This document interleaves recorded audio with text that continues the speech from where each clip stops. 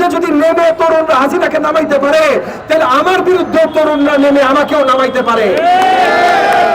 সরকার যা যা করছে আমরা সাধুবাদ জানাই, তবে আমরা এটাও বলি যে আরো অনেক বেশি করা দরকার।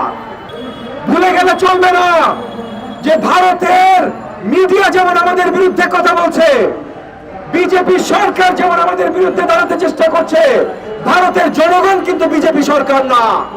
একটু ইঙ্গিত পাই যে ভারত বাংলা গত 15.5 বছর ভারত কতটা অসম্মান আমাদেরকে করেছে।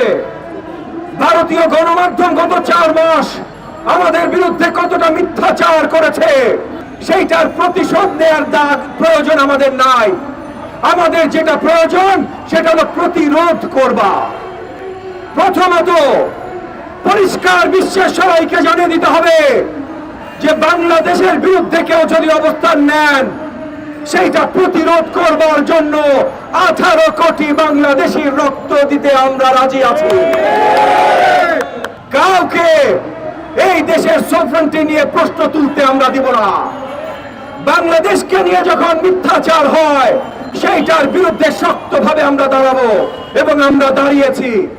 অন্তর্বর্তীকালীন সরকারের কাছে আমরা আবেদন করেছি যেন আরো শক্ত পদক্ষেপ নেওয়া হয় বিশ্বব্যাপী এই মিথ্যাচার রুখে দেওয়ার জন্য। সরকার যা যা করছে আমরা সাধুবাদ জানাই, তবে আমরা এটাও বলি যে আরো অনেক বেশি করা দরকার। আমরা আমাদের জায়গা থেকেও সবাই চেষ্টা করছি। আজকে উপস্থিত আমার গণমাধ্যমের অনেক ভাই ও বোনেরা আছেন, আপনাদের কাছে আমি আকুল আবেদন জানাচ্ছি, আপনারা আপনাদের জায়গা থেকে আমাদের দেশের সঠিক চিত্রটা বিশ্বব্যাপী তুলে ধরার জন্য কাজ করেন প্লিজ। বিশেষ করে বিদেশি ভাষায় পশ্চিমা দেশগুলোতে তুলে ধরাটা সবচেয়ে বেশি গুরুত্বপূর্ণ। এখন ভুলে গেলে চলবে না যে ভারতের মিডিয়া যেমন আমাদের বিরুদ্ধে কথা বলছে, বিজেপি সরকার যেমন আমাদের বিরুদ্ধে দাঁড়াতে চেষ্টা করছে, ভারতের জনগণ কিন্তু বিজেপি সরকার না। ভারতের জনগণ কিন্তু জুলাই আগস্ট মাসে আমাদের জন্য মিছিল করেছে। ভারতের বড় বড় বিশ্ববিদ্যালয় থেকে লম্বা লম্বা হাসিনা বিরোধী মিছিল বেরিয়েছে।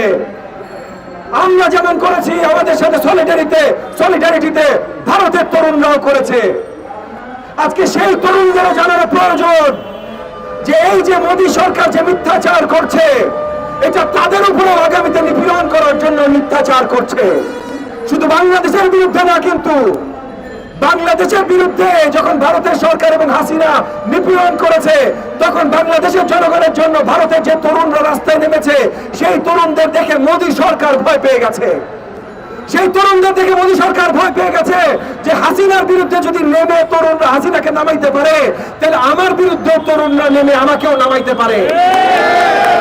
তাইলে এই তরুণদেরকে এখন ভুল কিছু বুঝাইতে হবে। তো সেই তরুণদের আমাদের একটা দায়িত্ব আছে, ভারতের তরুণদের কাছে সত্য পৌঁছে দেয়া। আমরা ভারতের বিরুদ্ধে না, ভারতের সরকারের এই পলিসির বিরুদ্ধে। আমরা ভারতের বিরুদ্ধে না, ভারতের মিডিয়ার মিথ্যাচারের বিরুদ্ধে। আমরা ভারতের বিরুদ্ধে না, আমরা একসাথে নতুন সমৃদ্ধ বাংলাদেশ গড়ার জন্য ভারতের এই যে আগ্রাসন, এইটার বিরুদ্ধে।